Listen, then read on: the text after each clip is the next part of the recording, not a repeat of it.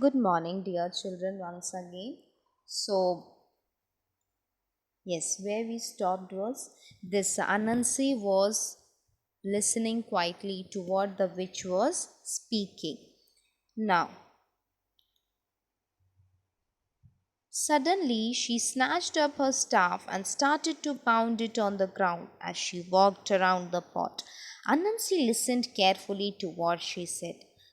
Now, this witch snatched up and started to pound it on the ground, and this which was what she was speaking. This Anansi was listening to it carefully. What she was speaking, I curse anyone who says the word five to disappear forever. So, this witch was preparing a black magic inside that pot, and what she was speaking that I curse anyone who says the word five to disappear forever.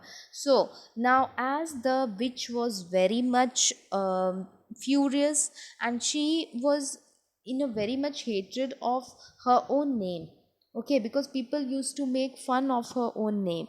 So this witch said, I curse, okay, I curse somebody who speaks five to disappear, to get disappeared. So this witch said, anyone who says five, they will disappear. This is what curse she was giving. Children, hear the word curse. The word curse means to invoke a supernatural power for giving somebody a punishment. Okay, so this is what the witch was doing. The witch wanted to punish the person or the people who speak the word five, because she didn't like her name. So she wanted to curse them. She wanted to punish them. This is why she prepared a black magic pot. In that she said those who she wanted to punish them, and she said those who utter this word or those who speak this word five, they will have to disappear. They will disappear. Now Anansi was listening to it. Okay, now let us see what he does. Anansi rubbed his hands together and jumped around on his eight hairy legs. Ah, this could make me some money or get some food on the table for my family. He smiled widely and his sharp teeth sparkled. Now, this Anansi got one idea and he said, okay, now this is a good opportunity for me. I can get so much from this, and also there will be plenty of food for my family. Now let us see what was the idea.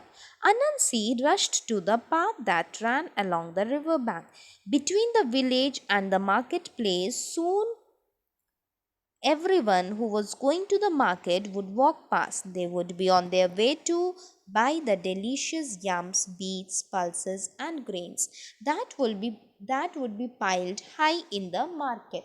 Now, the Anansi rushed to the path and ran along the river bank between the village and the market. So there was a market place, and this Anansi ran to the river bank which was between the village and the marketplace, and he was thinking, okay, after some time or very soon many people will come, the many villagers will come and go. They will buy something of the or the other for their household, like beets, delicious yams, pulses, grains. Anansi set to work and piled up 5 mounds of earth near the path. They looked just like he planted 5 yams. Then he sat down and waited. Now this Anansi just piled up 5 mounds of this mud he piled up. It was of five, like 5 mounds in different 5 places. He piled means keeping together, as you can see in the picture how he piled. He collected five, at least 5 mounds were there, and it seems like he had planted some of the yams. Yams is a plant species, children. So it seemed like he had planted something like a yam over there. So five were there. Now they looked like he planted 5 yams. Then he sat down. Anansi set to work and piled up 5 mounds of earth. Okay. First to come by was little Mrs. Rabbit.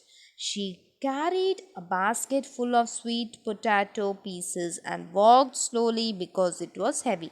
So, the very first person who came there was Mrs. Rabbit. She took some of the basket full of sweet potatoes, and it was full, and she that is why she walked very slowly because it was very heavy.